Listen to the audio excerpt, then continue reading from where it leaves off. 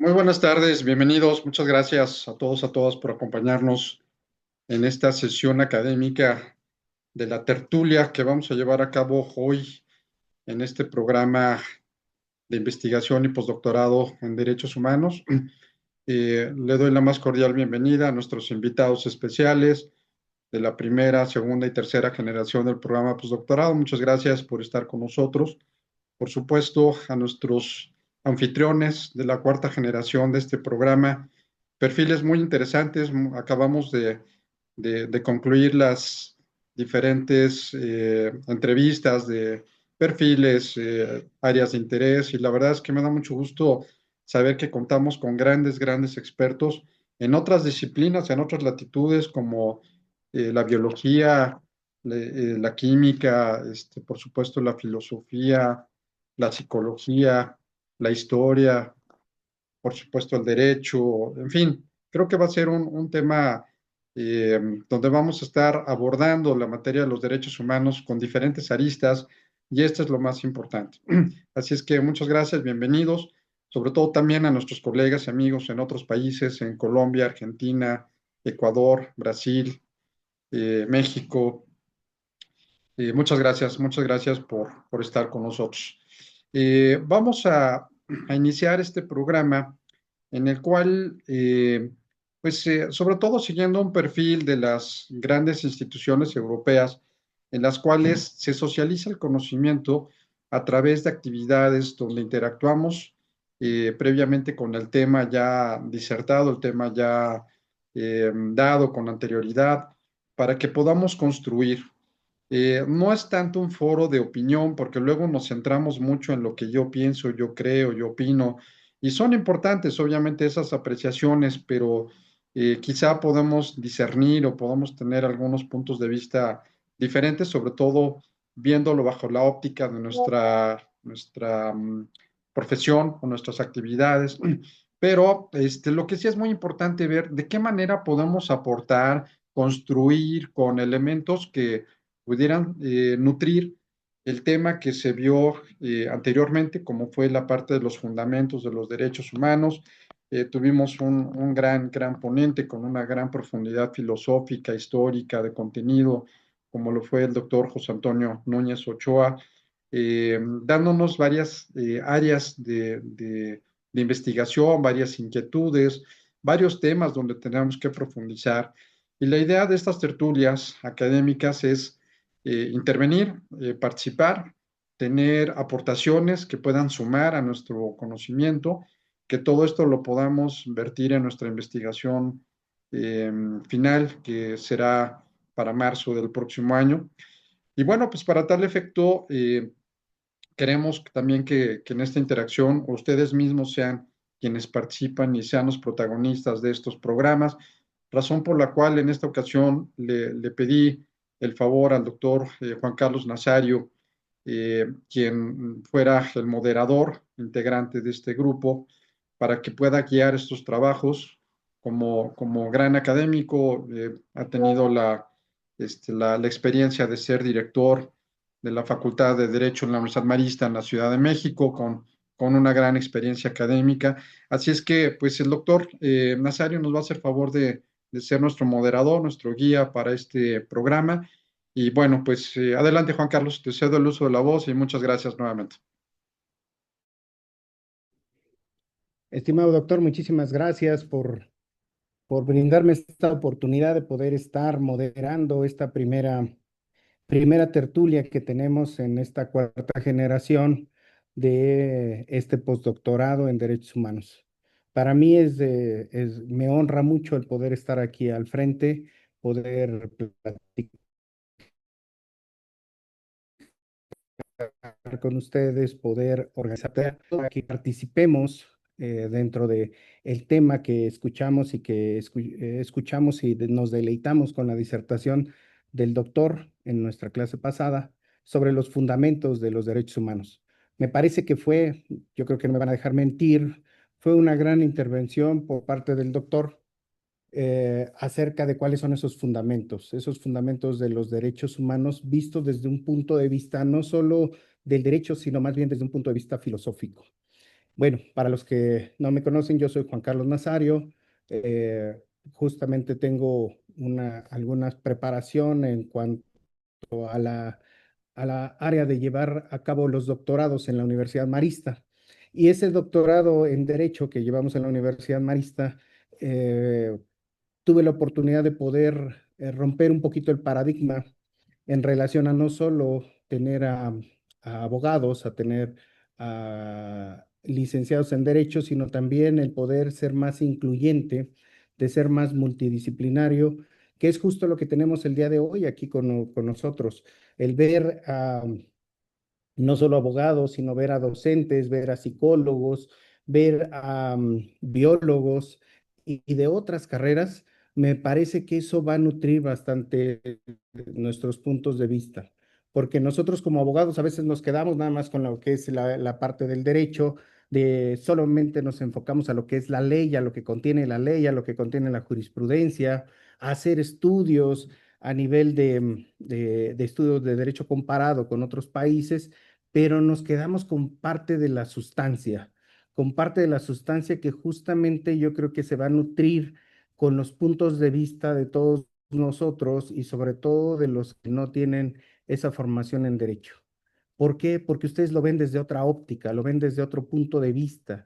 Y aquí, como decía el doctor, ya es justamente verlo desde el punto de vista de quién tiene la razón, sino más bien es de poder reaprender muchas cosas visto desde los ojos de otra persona que no tiene la misma, no coincidimos en la preparación, pero sobre todo nos va a dar una visión distinta. Y yo creo que eso hace falta dentro de la academia, hace falta dentro de las visiones para poder desarrollar más estos derechos humanos. Y sobre todo, tener esa visión, porque nosotros a veces como abogados nos quedamos justamente nada más en la parte de poderla llevar a cabo, de poderla presentar como una demanda, como un amparo, como poderlo hacer ya en la cuestión meramente jurídica, pero nos hace falta muchas veces esta sustancia. Entonces, esta clínica me parece que es una visión muy ad hoc, muy vanguardista por parte del doctor Arellano para poder llevar a cabo este tipo de postdoctorados. Eh, en mi caso, mi línea de investigación son los impuestos. Soy de formación inicialmente como contador público, pero justamente esa visión acerca de los impuestos, esa visión acerca de los derechos humanos, que es una visión más bien horizontal, me parece que nos da mucha fortaleza, nos da más visiones, nos lleva a conocer más, a poder indagar más en estas cosas. Y justamente vamos a tratar de hacerlo a través de esta tertulia y pues vamos a tratar de iniciar. Me interesa mucho que ustedes participen, me interesa mucho que ustedes platiquen cuál es su punto de vista acerca del tema que ya nos mandaron por ahí. Y pues sin más, pues vamos a iniciar. Por aquí nos mandaron unas preguntitas que me gustaría que podamos ir respondiendo a forma de cómo ven ustedes esta pregunta. Para ustedes, ¿qué son los derechos humanos? ¿Qué es lo que ustedes pueden decirme acerca de los derechos humanos eh, desde el punto de vista de lo que vimos en la clase anterior y obviamente de los conocimientos que ustedes tienen de manera previa? No sé si alguien quiera iniciar con su participación, si me ayudan a levantar su mano para que sea un poquito más práctico, más fácil. Está ahí, Por aquí, sí. Y sí, Verónica, por ahí estaba levantando la mano, ahí sí. sí, Gracias, adelante. gracias, hola, buenas noches. Buenas noches. Bueno, el concepto que todos conocemos y que lo hemos repetido muchas veces son todas estas prerrogativas inherentes al ser humano, ¿no?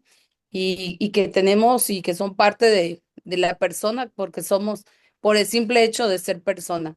Sin embargo, yo quisiera aprovechar por lo que entendí de que le pregunté al doctor que podríamos hacer cuestionamientos y ya que vimos la parte de la filosofía, que es la ciencia de cuestionarnos, de preguntarnos todo. Entonces, en la clase del día del pasado lunes, pues a mí me entraron algunas dudas, ¿no? Algunos cuestionamientos que no es que me lo haya hecho el lunes, sino he tenido esta pregunta desde algún tiempo que estoy realizando investigaciones sobre los derechos humanos de pueblos indígenas y quiero abordarlo de esta manera, no me voy a tardar tanto. En el concepto que nos manejó el doctor José Antonio, nos decía que, bueno, que son prerrogativas fundadas en la dignidad intrínseca del ser humano y que son necesarias para alcanzar la realización de sus potencialidades. Vimos con él todas ellas y en orden a su esencia. Entonces aquí estamos hablando ya de esta parte de la racionalidad de los derechos humanos y que radica, ¿no?, en esta parte de la ética y la universalidad. Y bueno, para decirlo un poquito más rápido, al hablar de esta parte de estas características de los derechos humanos, que como bien él lo decía y todos lo conocemos, ¿no? La interdependencia, la progresividad, la indivisibilidad y la universalidad. En este punto me quiero detener. La universalidad de los derechos humanos. Muchos autores han cuestionado tal universalidad y yo lo veo es válido, ¿no? Esta parte de, de, de tocando el principio de universalidad en el abordaje de filósofos o de políticos o de sociólogos o de antropólogos que lo manejan de una manera o lo ven con otra visión, vamos a decirlo así, con otro enfoque independiente del enfoque que lo ve los juristas, ¿no? Entonces, en la investigación que yo realicé de los derechos humanos, en este caso de pueblos indígenas, el tema que yo estaba investigando o que investigué porque ya lo publiqué es la violación de los derechos humanos a niñas y mujeres indígenas por usos y costumbres. Cuando me hicieron este cuestionamiento, que fue un cuestionamiento muy duro, me dice, a ver, ¿usted por qué habla de que hay una violación de derechos humanos por estos usos y costumbres si estás hablando de una corriente, como bien lo decía el doctor José Antonio, que al final del día pues viene de una cultura occidentalizada, ¿no? Ya él lo platicó de las declaraciones, etcétera, de toda la revolución, etcétera, ¿no? Entonces, en este caso, pues a mí me dejó un poquito y dije, no, pues sí, sí tiene razón, hay diversas teorías, culturas que ahorita están tocando este punto y donde nos habla de que ya se ve de abordar el tema de la universalidad, un poco reconsiderando, ¿sí?, la diversidad cultural, el pluralismo jurídico, la alteridad. Incluso está este autor Habermas, que es un filósofo, sociólogo alemán, que comenta de esta parte, ¿no? Entonces, ¿qué tendríamos que hacer aquí? Hay que revisar realmente esta universalidad o cómo la podríamos abordar en la diversidad cultural. No, es más que nada el cuestionamiento de, no sé si alguien me pueda ayudar por ahí. Entonces, es el punto que yo quería abordar, ¿no? Esta universalidad de los derechos humanos. Gracias. Sería algo así como la universalidad de los derechos humanos versus los usos y costumbres en cierto territorio delimitado, ¿no? Entonces, pues desde mi óptica me parece que sí es un tema un poquito controversial, que puede llegar a golpear un poquito y digamos, esa característica de los derechos humanos de la universalidad.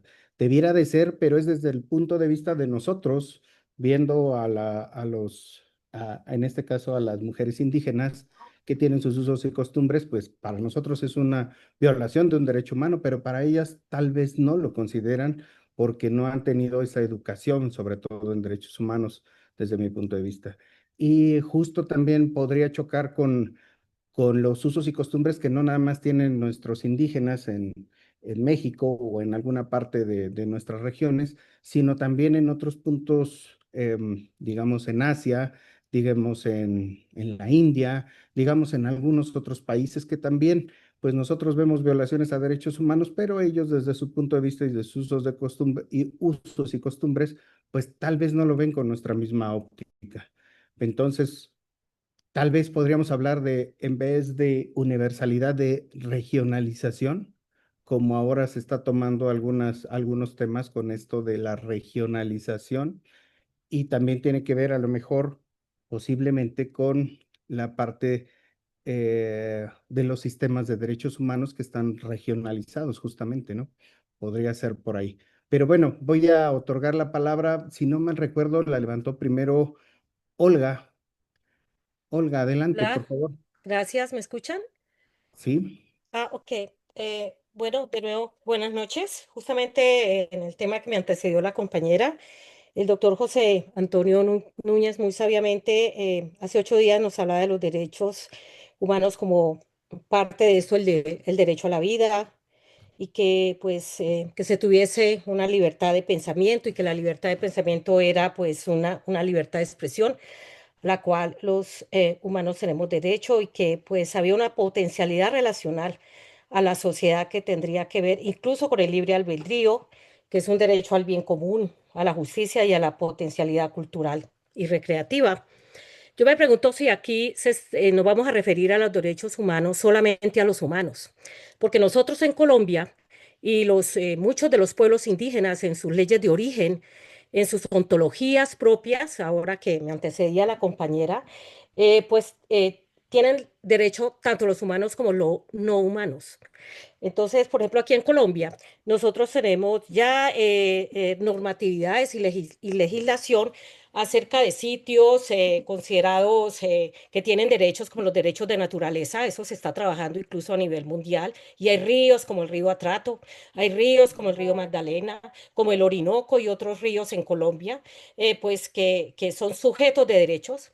Y hay, comillas, como dice una compañera muy amiga, mal llamados animales, el oso de anteojos y otros seres de la naturaleza aquí en Colombia que son sujetos de derecho, ¿sí? Y sitios sagrados, los sitios de poder, los sitios que tienen las comunidades indígenas en sus ontologías, en sus pensamientos, y no son, digamos, costumbres, ¿sí? Es un dicho, yo sé que es un decir, usos y costumbres en el derecho, pero eso no es uso y costumbre, eso es su conocimiento, eso es lo que nosotros llamaríamos ontologías y epistemologías en los conocimientos.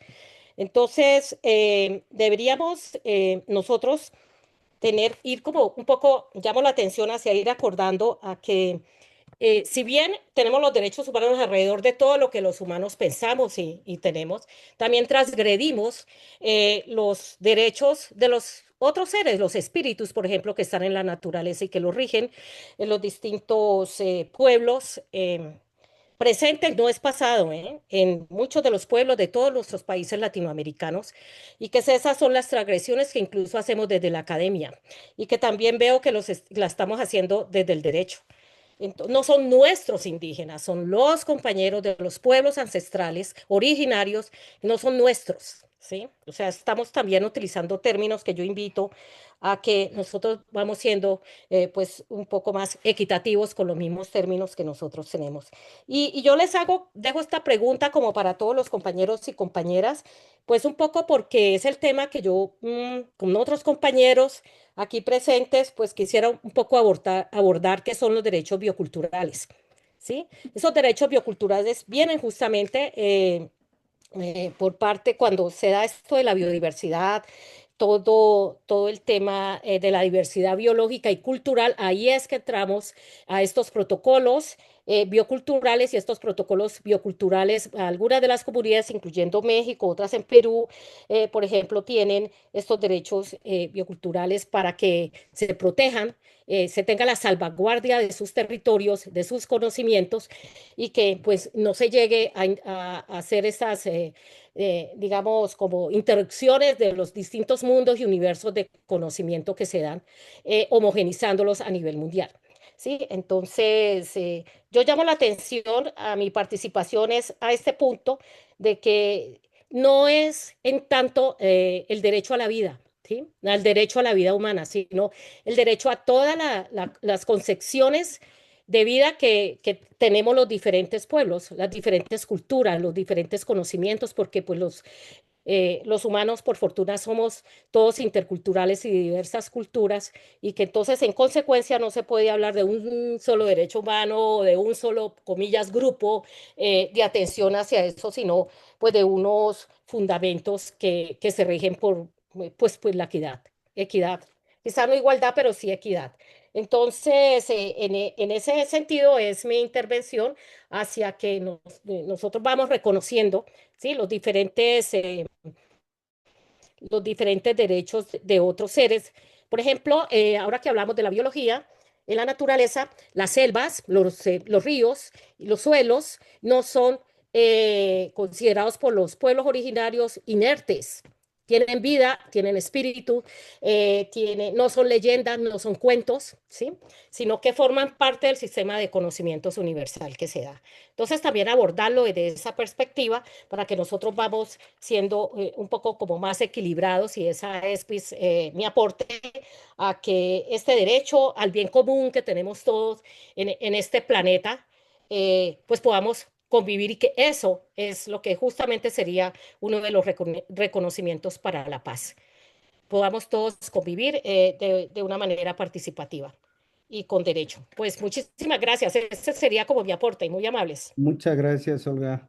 Pues sí, muy cierto lo que nos comenta acerca de tenemos que tener salirnos a veces de nuestro mundo, a veces del derecho y poder escuchar a las demás, a nuestros pares que tienen otros puntos de vista y que son muy válidos porque en cierta manera nos van ampliando nuestra visión, nos van ampliando nuestro conocimiento y nos van dando vistas desde otra perspectiva. Hace un tiempo le preguntaba yo al director de arquitectura de la universidad en que trabajaba y me decía, le pregunté por alguna cosa sin sentido y le dije, maestro, ¿usted cómo ve?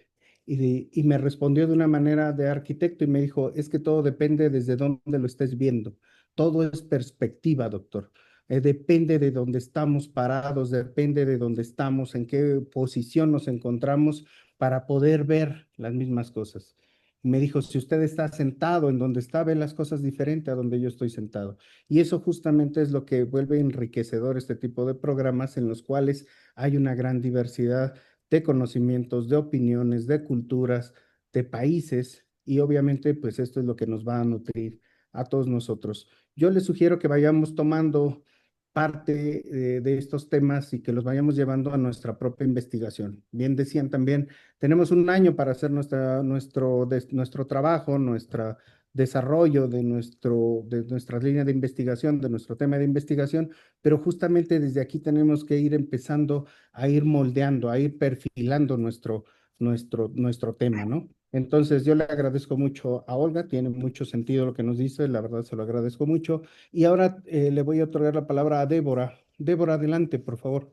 Perdón, Juan Carlos, antes de que empiece Débora, Sí, quisiera gracias. comentar que me parece fabuloso la forma de cómo estamos iniciando este programa, manejando la estrategia de René Descartes, de la duda. Y mientras generemos más dudas, porque no vamos a encontrar las soluciones, finalmente no va a haber respuestas propiamente, pero lo que decía Isi, por ejemplo, es fabuloso, porque efectivamente no podemos hablar de una universalidad de los derechos humanos hablando de estos usos y costumbres.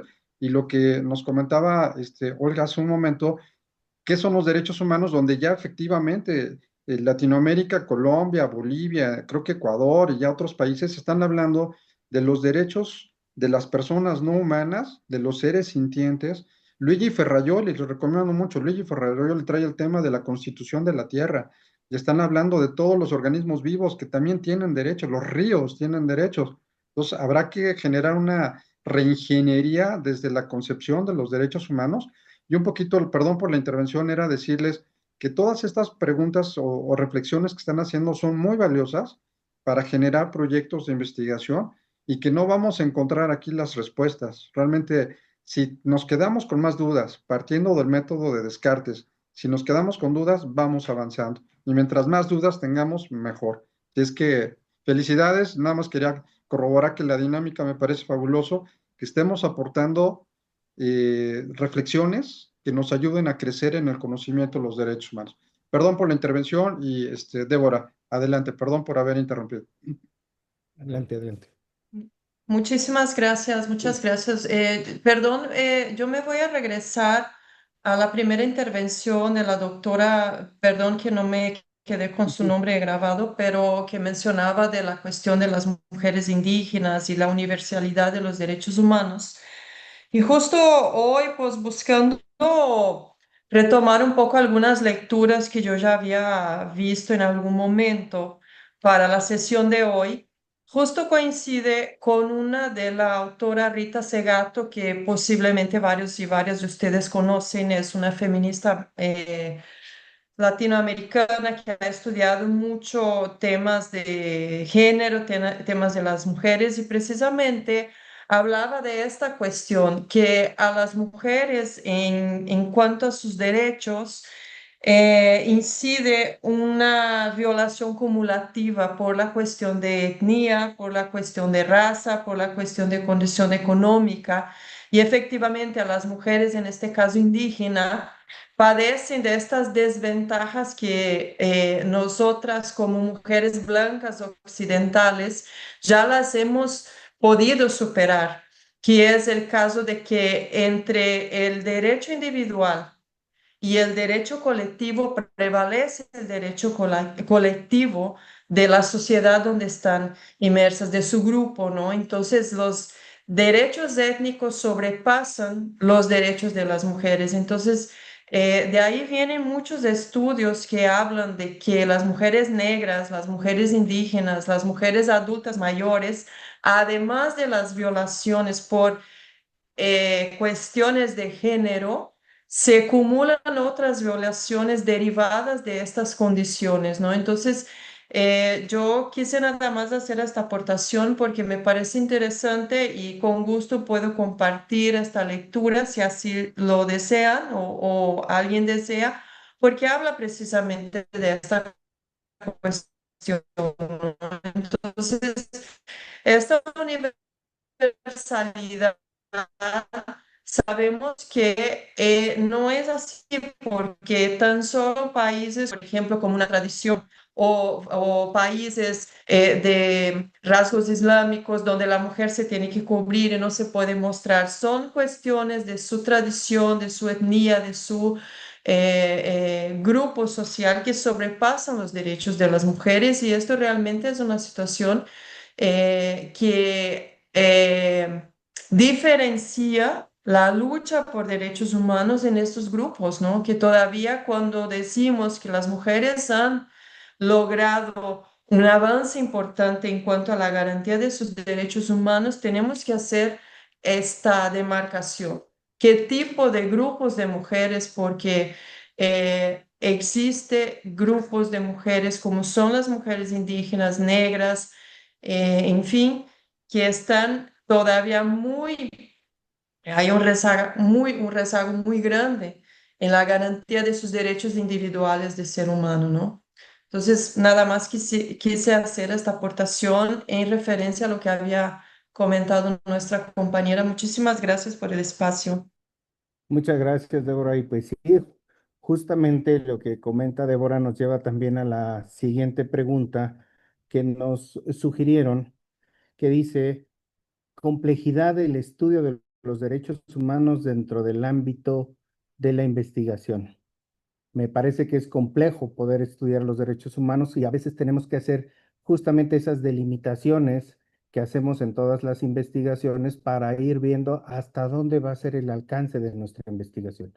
No puede ser que abarquemos, digamos, una universalidad de todos los países cuando pues podría ser muy difícil poderlo establecer de esa manera. Entonces tenemos que hacer justamente esas delimitaciones para poder llevar a cabo el estudio de los derechos humanos. Pero bueno, ahora voy a otorgar la palabra a el doctor Pavel Núñez. Si no me recuerdo, fue el que levantó la mano posterior siguiente. Doctor Pavel, adelante, por favor. Sí, gracias, doctor, y gracias, compañeros. Sí, yo creo que hay mucho que podemos hablar de derechos humanos. Realmente hay bastantes aristas desde las cuales se puede analizar este tema.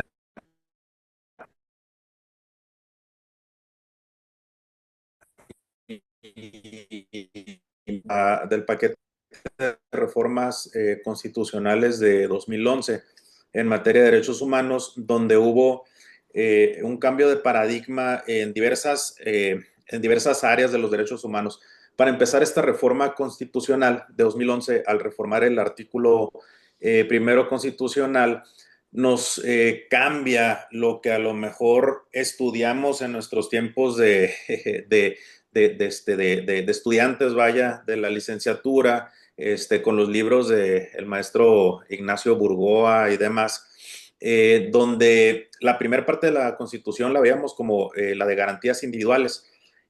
Ya a partir de esta reforma cambia la concepción, ya se enfoca más en derechos humanos como tal, y una parte muy importante es que diferencia que a partir de esta reforma el Estado mexicano ya no lo contempla como que el Estado mexicano te otorgue derechos humanos, sino que la concepción que hace es que ahora te los reconoce los derechos humanos, que pudiera parecer un juego de palabras sin importancia, pero realmente entraña mucha diferencia el hecho de entregarte un derecho humano a reconocértelo. ¿Por qué? Porque el hecho de que el Estado mexicano, si te entrega, si te otorga derechos humanos, queda implícito también que también el Estado mexicano te los puede quitar o te los puede restringir, ¿no? Y en el caso del reconocimiento de derechos humanos, que es como ya lo tenemos actualmente, el Estado te está diciendo, es algo ya intrínseco tuyo del ser humano, yo solamente como Estado te lo reconozco que es tuyo y te proporciono los mecanismos necesarios para que puedas defenderlos en un dado caso, ¿no? Que son las garantías individuales. También se disipa un poco esta diferencia entre si los derechos humanos son lo mismo que las garantías individuales, como se ha venido manejando en décadas anteriores, y también se hace esta diferencia, ¿no? De que las garantías individuales por sí mismas no son derechos humanos, son mecanismos constitucionales para poder hacer valer los derechos humanos, ¿no? Entonces, yo creo que sí es un cambio de paradigma que se nos dio a partir del paquete de reformas en materia de derechos humanos del 2011. Y respecto de la universalidad, sí, como bien comentaba ahorita alguno de los compañeros, no pudiéramos hablar de una universalidad total de los derechos humanos. ¿Por qué? Porque van ajustándose. Yo creo que aparte de ser, pues de todas las características que ya conocemos de los derechos humanos, son aparte progresivos, ¿no? Es decir, cada vez se busca mayor protección al respecto y van mutando en ese sentido. Solamente para una muestra, tenemos que en los últimos años, refiriéndome específicamente a la actual legislatura federal, es decir, septiembre del 2024 a la fecha, hemos tenido un total de 25 reformas a la Constitución Federal, que muchas de esas reformas constitucionales, gran parte de esas 25, tocan específicamente temas de derechos humanos, ¿no? Que tienen que ver con reforma en materia de pueblos indígenas, en materia de bienestar, en materia de igualdad sustantiva, protección animal, seguridad, prisión preventiva, de salud, que es cuando se da la prohibición a nivel constitucional de vapeadores y fentanilo, entre otras tantas, ¿no? Entonces digo, ¿cómo de septiembre del 2024 a la fecha tenemos ya más de 25 reformas a nuestra Carta Magna? Se han ido incorporando situaciones que incluso pudieran ser novedosas para un texto constitucional, como lo es la igualdad sustantiva a nivel constitucional.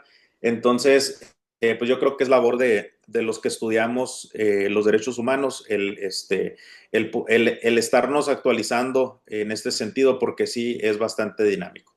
Es cuanto, muchas gracias. Muchas gracias, Pavel, muy amable por tus comentarios. Y sí, justamente es a veces tratar no solo de ver el punto de vista del derecho, sino ir un poquito más allá, romper la parte necesariamente del derecho, de las ciencias sociales, de las ciencias jurídicas y podernos pasar también a otros mundos, a otras cuestiones filosóficas, de índole moral, de índole ético en la cual se están viendo violentados esos derechos humanos, ¿no? Nada más puedo poner como ejemplo justamente la contaminación de las aguas, la contaminación del aire, que a veces lo desarrolla. ¿Quién lo desarrolla? Ya no solamente los el violentador de los derechos humanos se vuelve el Estado, sino también a veces se puede volver el particular, se puede volver la persona como tal, ¿no? Entonces también tenemos que voltear a ver a esas entes que también perpetran, que también molestan los derechos humanos, como puede ser también eh, los que se dedican a la violencia, que se dedican a la delincuencia organizada. Entonces también ellos violentan nuestros derechos humanos, pero ¿cómo los vamos a enfrentar? ¿Cómo tenemos que empezar a ver cómo enfrentarlos? ¿Cómo poderlos nombrar para empezar? Ahí es donde también nos tenemos que centrar y es justamente esa reflexión filosófica que nos saca del mundo del derecho y que nos lleva a tratar de pensar y pensarlo a través de otros pensadores que ya también, otros filósofos anteriores que también nos dan ciertas líneas por las cuales podemos caminar. Voy a darle la palabra a Luis Fernando Barragán. Luis Fernando, adelante, por favor. Buenas tardes, maestro. Muy interesante. Fíjese que a lo mejor yo, revisando, como dijo la compañera, revisando algo de literatura, me encontré con una definición muy pragmática que se me hizo interesantísima. Mi formación de médico me dice ser que pues lo más incongruente que existe son los derechos humanos. Es lo más incongruente desde el punto de vista de la vida, porque 400 millones de espermatozoides se mueren para que solamente uno, junto con un óvulo después de 800,000, tengan que cambiar la neuroquímica y la química del útero y se mueren, literalmente matan a sus hermanos, ¿no? Entonces, decía esta definición pragmática de los derechos humanos, decía que son los derechos que nos permiten defendernos de quien otorga los derechos. Esto es, se diseñaron los derechos humanos o derechos fundamentales para defenderse del canibalismo del Estado, ¿no? Entonces se me hizo una definición muy pragmática, pero muy congruente a lo que nosotros nos vamos a dedicar, tomando en cuenta las opiniones de mis compañeros, que efectivamente ahorita, por decirle, hay 56 preferencias sexuales, entonces hay que respetarlas todas, y luego hay más de 486 parafilias sexuales, pues hay que respetarlas todas. Entonces, como que la medicina es muy pragmática, igual que el derecho. Son normas establecidas para la convivencia humana.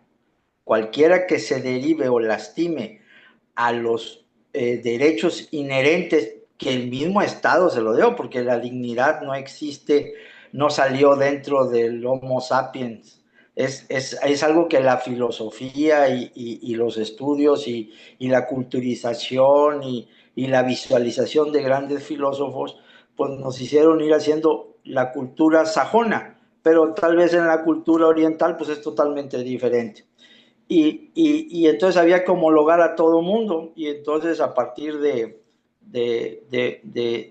centrarse en una idea pues de la formación de lo que ahora conocemos como derechos humanos y derechos fundamentales, pues es a mediados del siglo XX apenas, ¿no? Cuando traemos más de 4,000 años de evolución como especie y que ya hablábamos de normas de convivencia. Y ahora lo dejo en el tablero o lo dejo en la convivencia. Ahora con la próxima colonización de la Luna, ¿qué derechos se van a aplicar en la Luna cuando el derecho fue diseñado para la Tierra, ¿no? Gracias.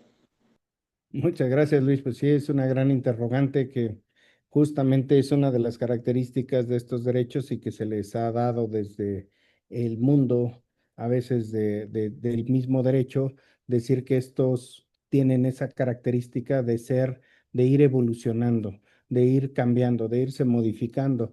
Y pues justamente así es la vida. Lo que tenemos seguro pues siempre es el cambio y nosotros tenemos que estar acordes con ese cambio y me parece que también justo por esto son este tipo de programas en las cuales nos van haciendo reflexionar acerca de los demás puntos de vista de nuestros pares, de nuestros compañeros. Le voy a otorgar la palabra a Oppo, perdón, no sé exactamente quién sea, pero Oppo CPH 2699. Adelante, por favor, Oppo. Tiene el uso de la palabra, por favor. No lo escuchamos. ¿Tiene el micrófono apagado? Me parece que no tiene el teléfono, el micrófono activado, más bien. Algo falta por ahí. No, no lo tiene activado. Me parece que ahí ya aparece activado, pero aparece desconectado ahora. O más bien lo tiene silenciado. A ver si lo puede arreglar. Hola, hola. Ahí ya lo escuchamos. Adelante. Bueno, muy buenas noches. Les decía que soy Wilman Tumbo, de Colombia, del suroccidente de acá de Colombia. Yo soy del pueblo Nasa. Eh, me surge mucho también poder participar frente a la pregunta de qué son los derechos humanos. Como pueblos originarios y en este caso, a mí me gustaría que más allá de los derechos humanos, cómo nosotros vinculamos eh, otra manera de pensar, ¿sí? Otra manera de concebir qué es el derecho como tal, y en este caso, profundizar sobre lo que nosotros llamamos los derechos de la madre tierra, ¿sí? Y cuando hablamos de los derechos de la madre tierra, es precisamente, estamos hablando nosotros como pueblos originarios, caso concreto Colombia, de cómo nosotros poder salvaguardar la vida, porque en fin, los derechos humanos habla el tema concreto de los derechos a la vida y otros elementos que son importantes. Sin embargo, eh, siempre se deja en discusión o no se discute frente a los otros derechos, los derechos de los otros seres, nosotros los llamamos, ¿sí? En este caso, hablando de nuestros conocimientos, pero también de la espiritualidad, de cómo nosotros nos conectamos con la madre naturaleza, con la madre tierra, y por ello cómo nosotros también cuidamos y protegemos el territorio para que haya vida. Y eso es lo que nosotros siempre estamos en permanente discusión con el Estado colombiano, ¿sí? Y con los gobiernos de turno frente a cómo defender nuestros territorios y el salvaguarda de la vida, pero más allá del territorio y la vida, en su integralidad, discutimos también frente hoy lo que acontece en el mundo, digamos, para algunos el planeta Tierra, frente a dos categorías que también hemos escuchado fuertemente y lo hemos discutido frente a todo lo que tiene que ver con el calentamiento global y el cambio climático, ¿sí?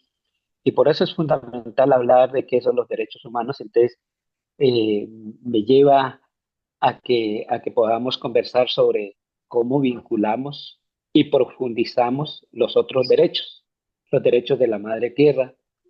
En Colombia, un parlamentario está llevando a cabo para que el agua sea sujeto de derecho, pero nosotros los pueblos indígenas, más allá de sujeto de derecho, consideramos que es un ser espiritual, ¿sí? Un ser que es muy importante para nosotros como también los otros seres y por tanto me lleva también a algo que usted acababa de plantear, ¿sí? Por ejemplo, eh, relacionaba otro vector, digamos, que ha planteado desde donde uno esté parado, ¿no? Desde un contexto territorial. Sin embargo, sí es importante profundizar en este caso desde la academia, porque la academia también es fundamental y esencial para llevar al plano político, ¿sí? Y ese plano político es donde nosotros hemos estado y hemos discutido en materia de lo que tiene que ver con la salvaguarda y con el cuidado del territorio. En ese caso, sí pueden haber varias visiones, ¿sí? Varias visiones. Sin embargo, como la academia o desde la academia planteamos y vinculamos profundizando sobre los otros derechos que nosotros concebimos como pueblos originarios, ¿sí? Pero más allá de ser pueblos originarios, también como la academia vincula frente a estos temas que son tan importantes porque, porque a veces ocurre que nuestros conocimientos, lo que nosotros expresamos desde las visiones nuestras, pues no son consideradas, y en este caso de las instituciones gubernamentales del Estado, siempre son vulneradas, que nosotros hemos llamado de que se van presentando un genocidio epistémico, y en la cual consideramos que nosotros hay que profundizar vinculando los derechos de los otros seres.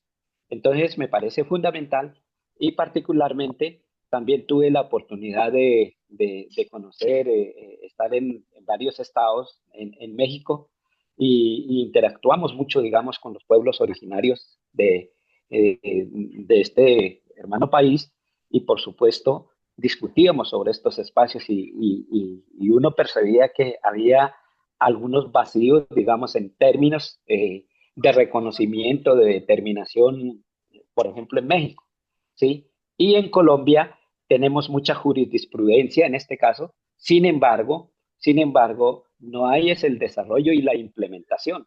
Entonces, hay asuntos fundamentales que llevan a pensar que vinculemos más allá de lo humano, de los otros derechos que asiste, digamos, discutir y profundizar, porque no estamos solamente los humanos. Entonces, por eso, pues mi participación, más allá de todo, pues contento también de estar en este postdoctorado, llevando a cabo, a ver cómo profundizo también frente a temas que tienen que ver con los derechos fundamentales de los derechos de la madre tierra también, en este caso para Colombia, porque no puedo meterme en otros asuntos, sino en Colombia, pero también que sirva, digamos, de discusión, en este caso, para este postdoctorado, y por supuesto también que sea un referente que podamos mostrar de lo que nosotros hemos podido avanzar en Colombia. Gracias. Pues muchas gracias, Wilman. Me parece muy interesante lo que mencionas respecto a de que lo tenemos que llevar justamente a través de la educación, lo tenemos que, en cierta manera, nosotros procesar y llevarlo a través de la educación a ese conocimiento hacia nuestros alumnos, y a su vez esos alumnos decírselo o comentarlo con otras personas, y de esa manera podemos llegar a profundizar más en estos temas y hacerlos más del conocimiento de quienes se van a beneficiar justo de todo este esfuerzo que se está realizando el día de hoy, de esas generaciones futuras, y que pues obviamente también van a disfrutar de aire limpio, de agua limpia, etcétera, ¿no? De tierras que se puedan cultivar, que no estén contaminadas, etcétera, ¿no? Me parece algo también una visión muy holística de esta parte, el hecho de que no solo se contemple la cuestión humana, sino también a sujetos de derecho distintos a los seres humanos. Entonces, pues continuando con nuestro programa, pues también nos sugirieron una pregunta, es los accidentes como fenómeno de violaciones a derechos humanos, por ejemplo, un derrame petrolero como acaba de suceder en Veracruz, en México, que se lo atañen a que son posibles germinaciones, que sale de la tierra, justamente, no sé el nombre particular de cómo se denomina ese nacimiento, ese brote de petróleo del subsuelo, de la tierra, pues nos dice eso, y que no fue un derrame de Pemex, ¿no? Entonces, esos accidentes como fenómeno de violaciones de derechos humanos, ¿qué opinan ustedes?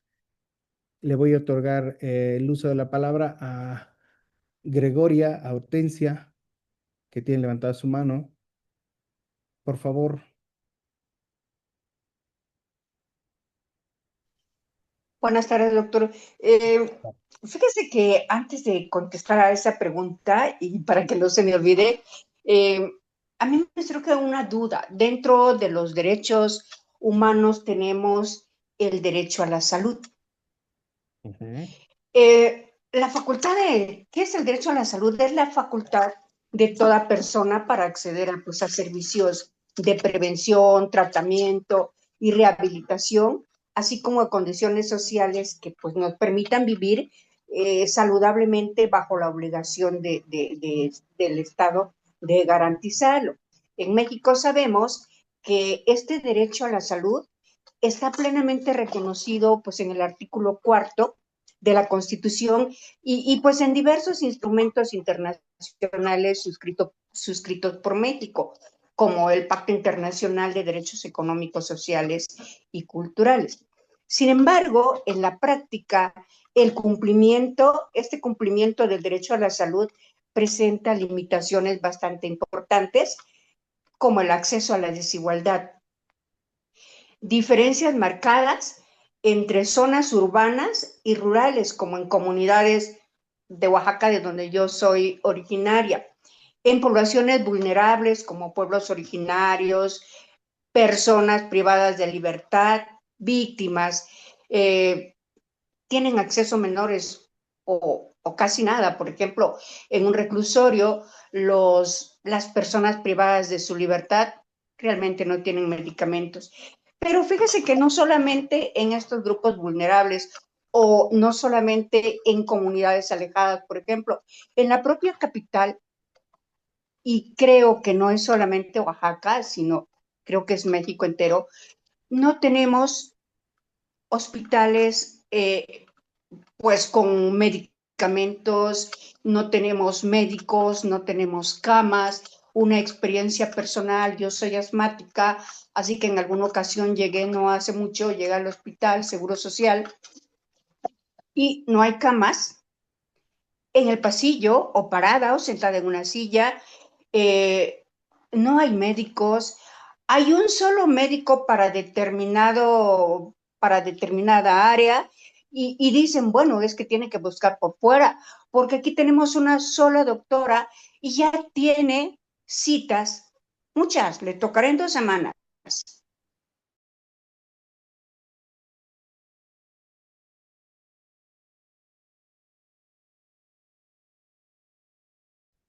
Entonces me muero, ¿no? Entonces, no hay todo esto. ¿Qué pasa? Violación al derecho a la salud. Sin embargo, he escuchado por las noticias en que México está ayudando a cierto país que todos los mexicanos sabemos cuál es y que no lo quiero pronunciar. En cuanto a la salud, ¿cómo quedan el derecho a la salud en México? Si se aporta algún dinero para la salud a otro país, ¿por qué no en México, que realmente lo necesitamos? Esa duda me salió, doctor, y de verdad no le encuentro salida.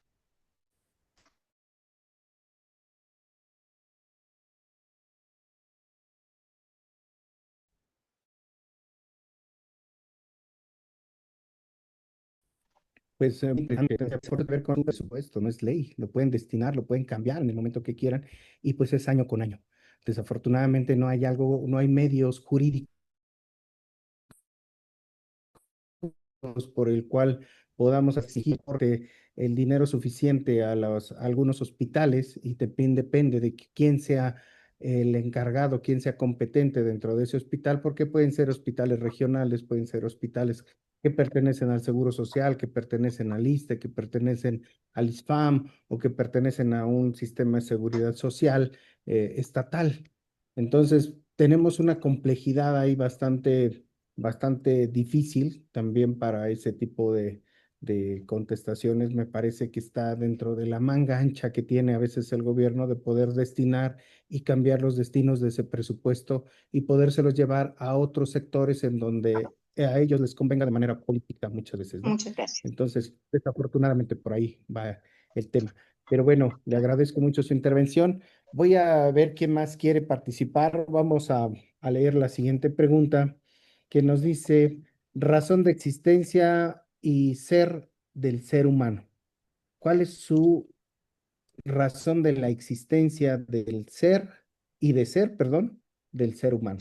Entonces, básicamente esto nos lleva a reflexiones filosóficas acerca de los derechos humanos. Necesitamos investigar, necesitamos profundizar qué es el ser humano, de dónde viene esa postura de esa existencia del ser humano y más allá, me parece que estamos abordando temas en los que no solamente nos quedamos con el ser humano, sino lo que en cierta manera el mismo ser humano tiene que disfrutar. Y no nada más nosotros, sino las generaciones venideras, las generaciones futuras, nuestros hijos, nuestros nietos, ¿qué es lo que van a disfrutar si nosotros nos acabamos los recursos naturales del mundo en el que vivimos, de la región en la que vivimos? Entonces tenemos que reflexionar mucho acerca de esos temas que me parece que ahí tenemos gran material, gran posibilidad de poder ahondar más dentro de nuestros propios desarrollos de investigación. Eh, ¿Alguien quiere tomar el uso de la palabra? ¿O ya le hacemos como con los alumnos a los que tengan la cámara apagada? Vamos a preguntarles para ver si no se han dormido, ¿no? Pero ya por aquí, nada más que no sé exactamente, no guardé el nombre, dice DFZ.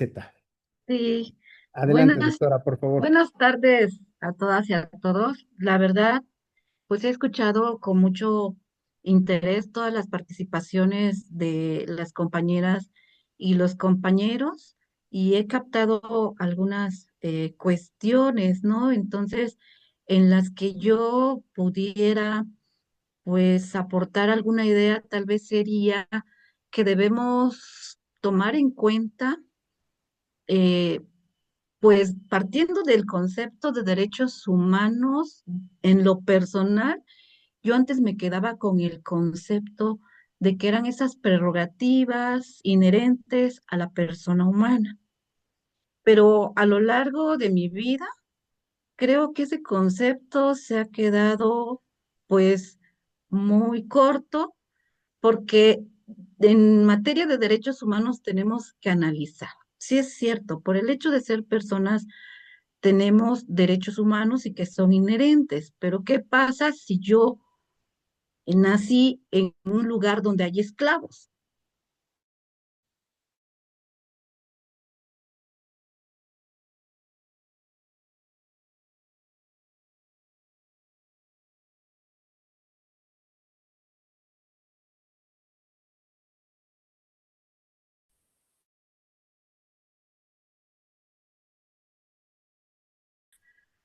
Y luego también, aparte de ese reconocimiento, tenemos la eficacia, es decir, ya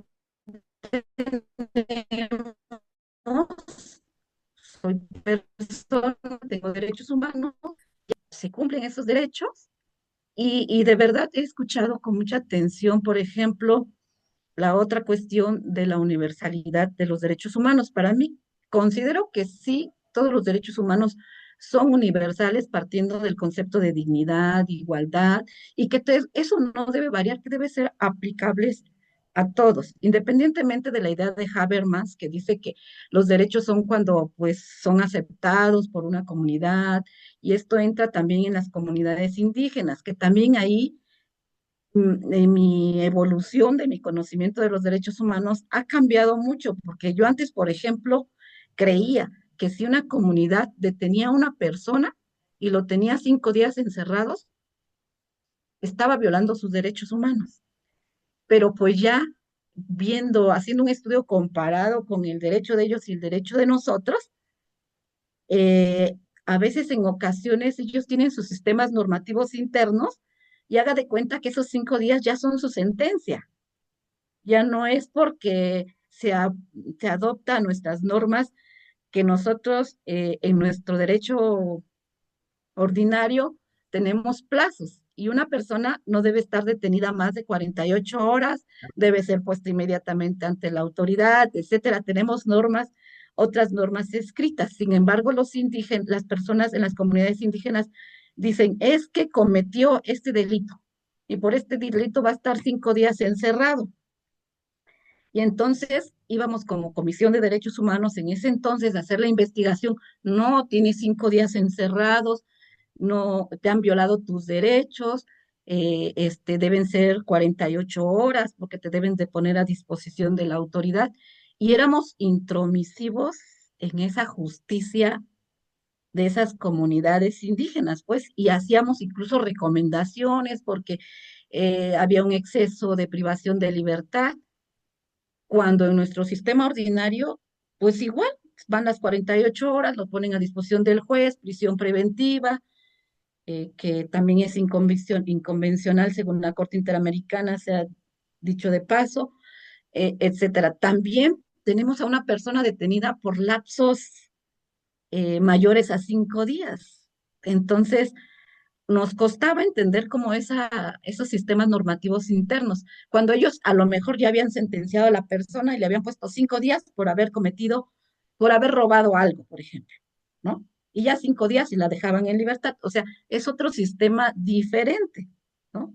De hacer justicia. Y entonces, en ese sentido, creo que nosotros como derecho ordinario debemos involucrarnos más en los sistemas normativos internos para saber qué es su justicia y respetarla hasta cierto punto, ¿no? Esa es una cuestión que también me ha hecho cambiar en cuanto a los sistemas normativos y en cuanto a violación de derechos humanos, que indudablemente que en materia de derechos de las mujeres, ahí sí, no aparto mi postura de que sí hay graves violaciones a derechos humanos, a los derechos de las mujeres en esos sistemas, incluso normativos internos, y es cuando nosotros también podemos pues hacer algo para que estas mujeres no sufran esas violaciones a derechos humanos que atentan con esos principios universales, que como la dignidad, por ejemplo, la dignidad de la mujer, la dignidad humana, ¿no? Por ese lado. Entonces, por eso yo he estado escuchando con atención y también otra idea que advertí en lo que acaba de decir mi gran amiga, la magistrada Gregoria Hortensia Castellanos Chávez, en cuanto al derecho a la salud. Es cierto, el derecho a la salud está escrito en nuestra Constitución, en el artículo 4, pero incluso el artículo 4 de nuestra Constitución no está armonizado con la observación número 14 de la ONU, donde debe ser una atención a la salud, como ella decía, debe ser inclusiva, debe ser accesible, debe ser oportuna, disponible. Eso le falta a nuestro artículo 4 constitucional. Y aparte de eso, ni siquiera cumple lo que establece, pues.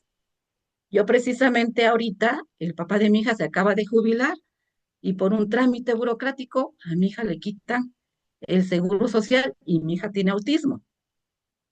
Entonces yo digo, ¿cómo? ¿Por qué? ¿Por qué no? Porque no hizo el trámite a tiempo, por eso. Entonces es una cuestión burocrática y ya no tiene derecho al acceso a la salud pública, ¿no? De un seguro social, por ejemplo, ¿no? Porque ya hay la salud que uno se puede dar privada y todo eso, pero el Estado debe tener un sistema de salud accesible, oportuno, sí, y de verdad, primeramente que nada, nuestro cuarto constitucional no cumple con esa observación número 14 y por otro lado, pues igual no es eficaz, no se cumple la norma constitucional como mucho, ¿no? Por eso Vidal Campos decía, son derechos imposibles, tienes derecho a la vivienda adecuada, digna, y nada de eso hay, pues, ¿no? Entonces, sí, la verdad que me está gustando mucho porque me está despertando, como decía el presidente, muchas dudas, ¿no? Y bueno, en relación con la otra pregunta que hizo usted del derrame de accidente, pues sí, hay una violación muy grave a los derechos humanos de las personas porque afecta a su salud, afecta al mar, ¿no? Ahorita que hay nuevas corrientes también en derechos humanos y por eso hay que cambiar este concepto de derechos humanos. Acá en Oaxaca, en nuestra constitución, fíjese que se reconocen los derechos de los animales, los derechos de los ríos. Luego hubo un abogado que promovió un amparo de litigio estratégico, se llama su asociación, por la contaminación de 2 ríos acá en Oaxaca. Hasta estas fechas no se ha complementado esa resolución. Entonces acá en Oaxaca ya tenemos como esa corriente que viene de otros países latinoamericanos de Caferata, de Lorenzetti, que dicen que los ríos pues tienen derechos, ¿no? Que son sujetos de derecho, la naturaleza. Y esos derrames afectan también la naturaleza, los derechos del mar, y que tiene implicaciones en la salud. O sea, sí hay una violación terrible a derechos humanos con esos accidentes y derrames. Y pues eso sería como mi aportación. Disculpe que fue una lluvia de ideas, pero la fui formando a manera de que iba yo escuchando las aportaciones que me han parecido muy interesantes y de verdad que creo que estamos aprendiendo muchísimo en este. Los felicito por este programa, de verdad. Muchas gracias, doctora. Doctora, recuérdeme su nombre, por favor. Cira Mariana Morales Ramos. Cira. Cira con C de casa. Cira, ok. Cira. Sí, muchas Muchas gracias, gracias. doctora. Muy amable por sus comentarios, por todo lo que nos ha dicho. Me parece que usted toma en cuenta muchas cosas de las que se han mencionado y sobre todo me pareció muy prudente lo que decía usted acerca del derecho a la salud. Si a veces aquí dentro de México, dentro de nuestros propios estados, de nuestro propio país, a veces no puede ser esa, ese derecho a la salud puede desarrollarse, puede hacer uso de él, pues menos cuando estamos migrando hacia otros países. Podemos hablar a veces de libre comercio de mercancías, podemos hablar de libre comercio de servicios, pero no de un libre tránsito de personas. Y más allá de cosas que no son personales, que no son humanas, como por ejemplo el río que trasciende fronteras, el mar que trasciende fronteras, el aire que trasciende fronteras.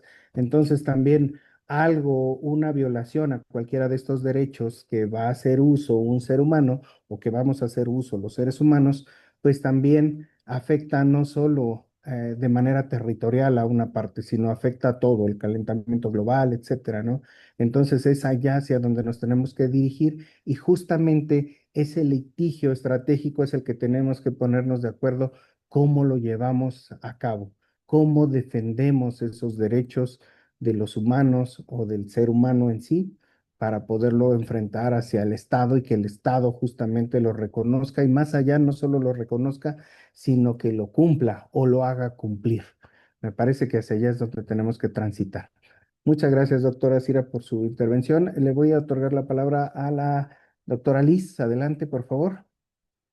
Sí, buenas noches. Yo retomo una frase de la clase anterior cuando se establece que cuando las leyes se priorizan los accidentes frente a la esencia, son leyes que pueden ser impugnadas por injustas. La esencia del ser humano y los accidentes, la edad, el sexo, el color de piel.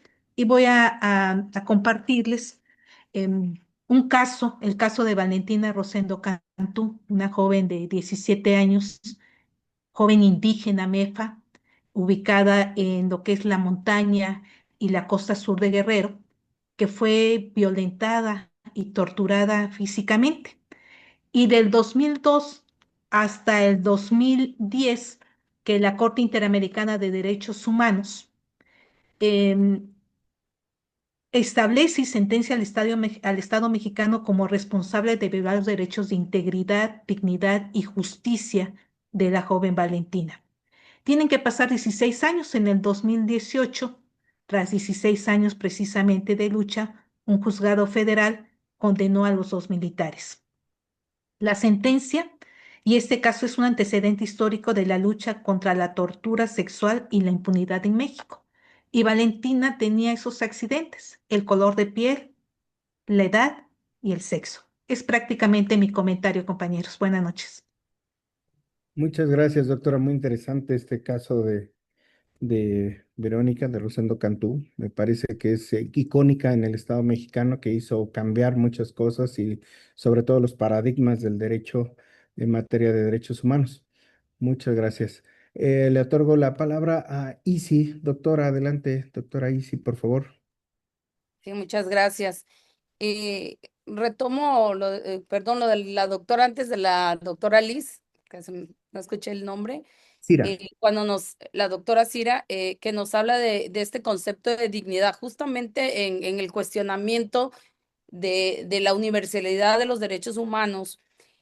Cuando a mí me cuestionan esta parte, me fui por ahí, por la dignidad. Entonces, el término de la dignidad es un concepto universal que, por supuesto, que la cosmovisión de nuestras comunidades, de las comunidades o los pueblos indígenas, está inmerso a la dignidad. Entonces, esta es un concepto universal que tienen todas las culturas. Y por ahí, Buenaventura de Ososa, que es un estudioso de derechos humanos de pueblos indígenas, y cuando nos habla justamente de que las comunidades y pueblos indígenas tienen que coexistir su cosmovisión, su derecho indígena con el derecho del Estado. Entonces hay una coexistencia. Y yo por ahí también estoy investigando, ¿no? Pues cómo podríamos llegar a cerrar esta relación que tienen las diferentes normatividades, ¿no? Este pluralismo jurídico o relativismo cultural que le llaman algunos, pues está justamente tenemos la interculturalidad y tenemos también la interlegalidad. O sea, ya está, se ha ido avanzando. La verdad es que se ha ido avanzando.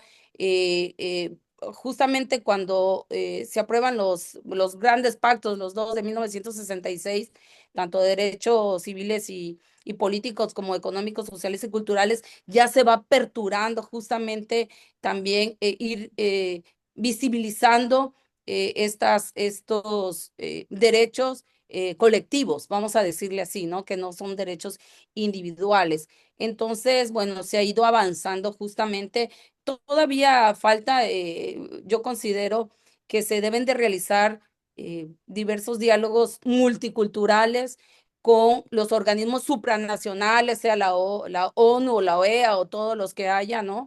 Para que realmente se pueda aplicar de una manera multicultural los derechos humanos. Y algo que decía también la doctora Cira, y esto sería devolverle justamente su esencia a estos pueblos originarios, ¿no?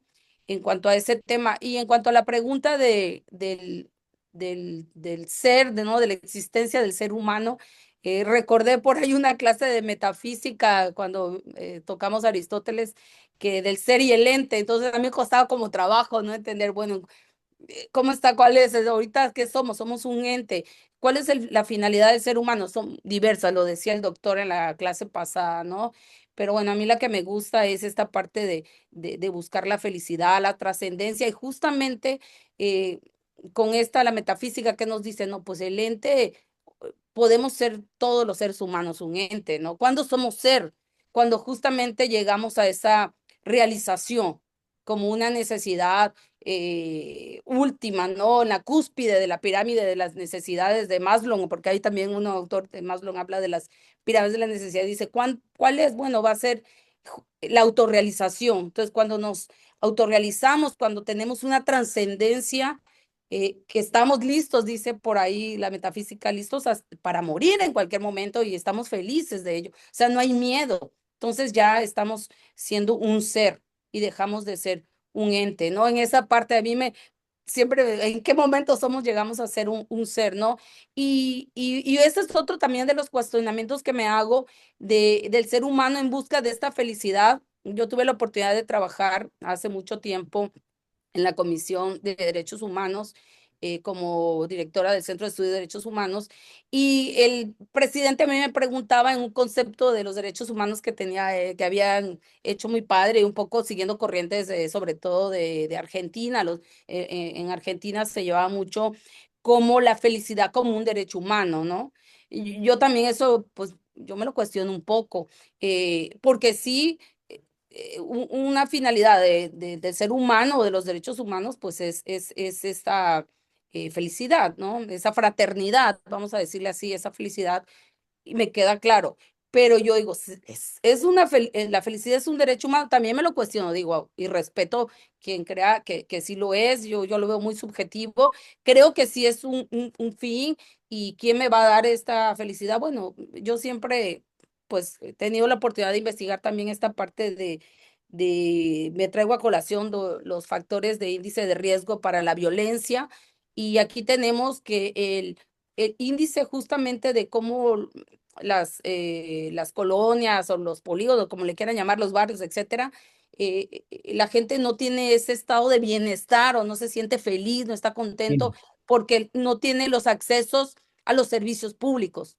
Entonces yo creo que muchos de los países que gozan de una economía mejor, de primer mundo, tienen acceso eh, idóneos, adecuados, y tienen un estado de bienestar, y eso los hace pues estar contentos. Sin embargo, también hay investigaciones donde algunas personas de esos países también no están felices, ¿no? Es como muy subjetivo. Entonces también es un punto que se me hace interesante ver esta felicidad, pero bueno, es lo que creo del ser humano como ser, llegar a ser un ser es la trascendencia, ¿no? El dejar algo, un granito de arena, y creo que con estos postdoctorados o con los estudios que hagan cada uno de ustedes, pues dejamos ahí el granito de arena para trascender y llegar a ser ese ser, ¿no? Muchas gracias. Muchas gracias, doctora. Ahí sí, muy interesante lo que dice. A mí me llevó a pensar en cómo choca justamente este derecho a la felicidad con la libre determinación de la personalidad. Fíjese, porque pues a lo mejor a mí me gusta ser enojón y soy feliz siendo enojón, ¿no? Conozco a varios amigos que les gusta así ser enojones y pues a veces, o deprimido, ya ve que hay una tendencia de ciertas personas a estar deprimidos, no sé exactamente cómo se les denomina ni lo quiero mencionar, pero pues andan en su mundo, digámoslo así, pero a lo mejor eso es ser feliz para ellos, estar deprimidos. Entonces, pues sí me parece que también chocan muchos conceptos y también tenemos que encontrar pues ese equilibrio básicamente, al igual que en las comunidades acerca de sus usos y costumbres, cuáles usos debemos de respetar y cuáles a lo mejor les tenemos que ir enseñando que hay otra forma distinta de vivir para que ellos decidan o no adoptarla. Y ahí también caemos en una cuestión que también es un poquito difícil desde mi punto de vista, porque si la mayoría decide que sí cambian su derecho, que sí cambian su constitución, y la minoría pierde su derecho.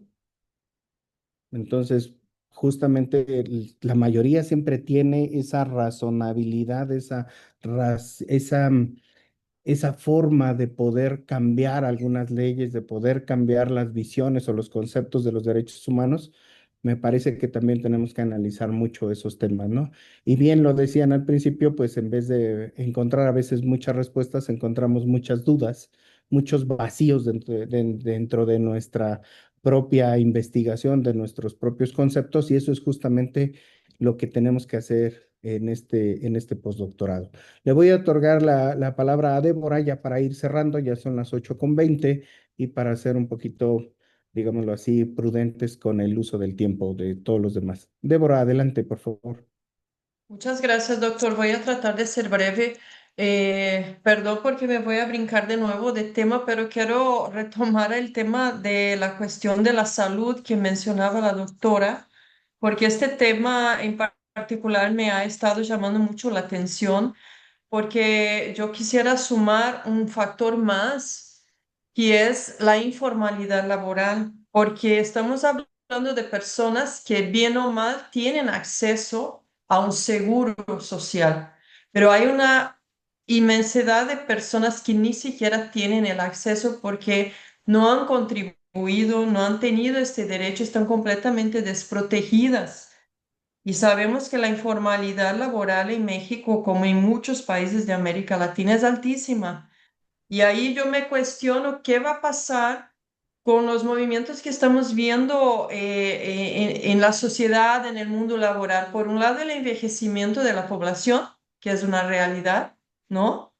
Y por otro, con el adviento de tanta tecnología, ¿qué va a pasar con el empleo formal? Entonces, ¿cuál es el futuro de las personas, especialmente las personas adultos mayores, personas de bajo recurso económico, frente a la protección del Estado para la salud?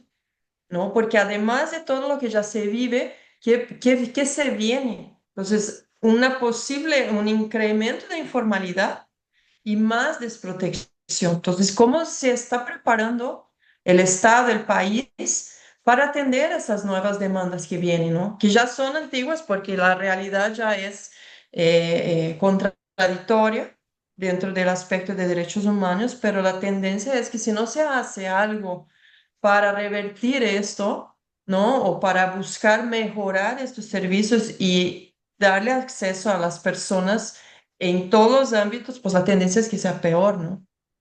Esta era mi aportación. Muchas gracias.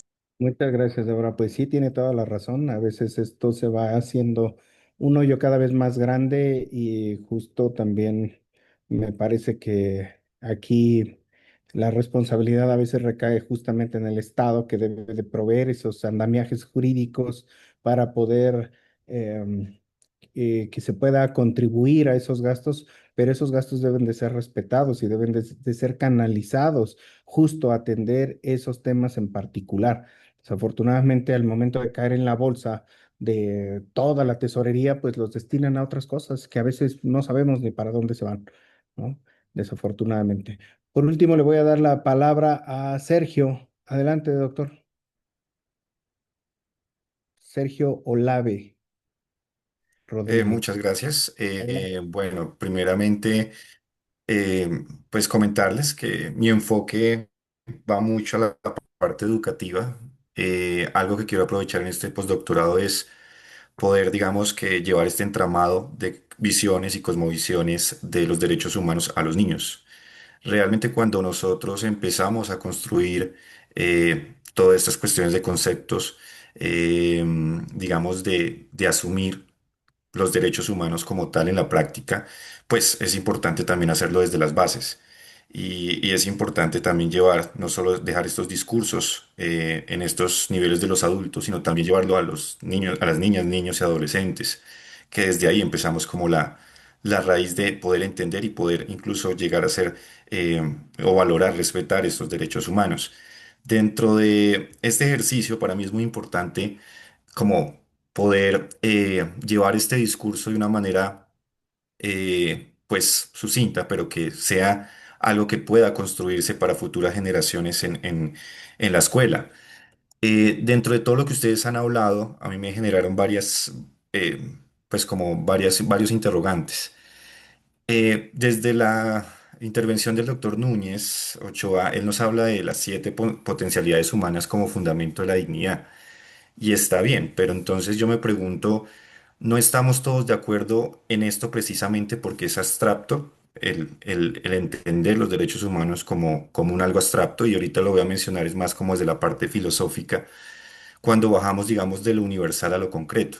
Entonces el consenso, en ese consenso se quiebra, y pues pienso que cuántos de nosotros en nuestros trabajos, en nuestras decisiones institucionales, realmente actuamos como si creyéramos pues que la corporalidad, la abolición, la trascendencia de todo ser humano, pues fuera inviolable.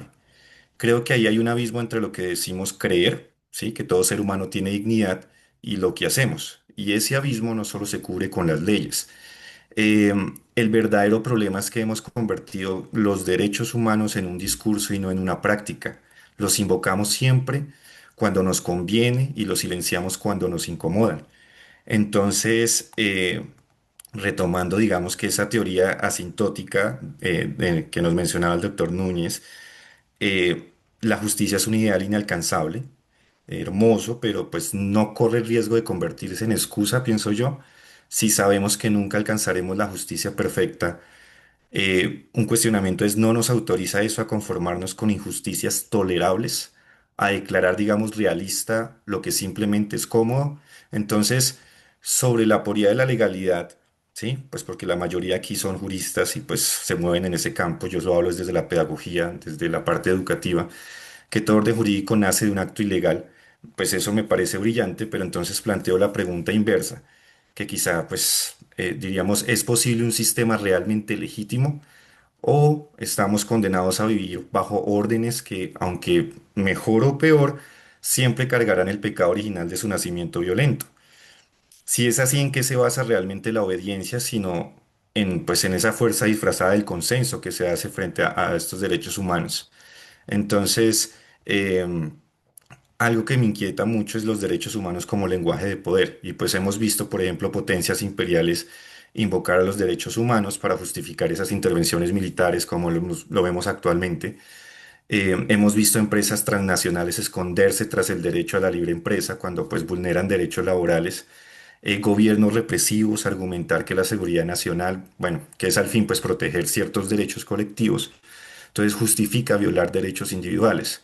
Entonces, ¿cuándo el lenguaje de los derechos humanos se convierte en arma de quien ya tiene ese poder?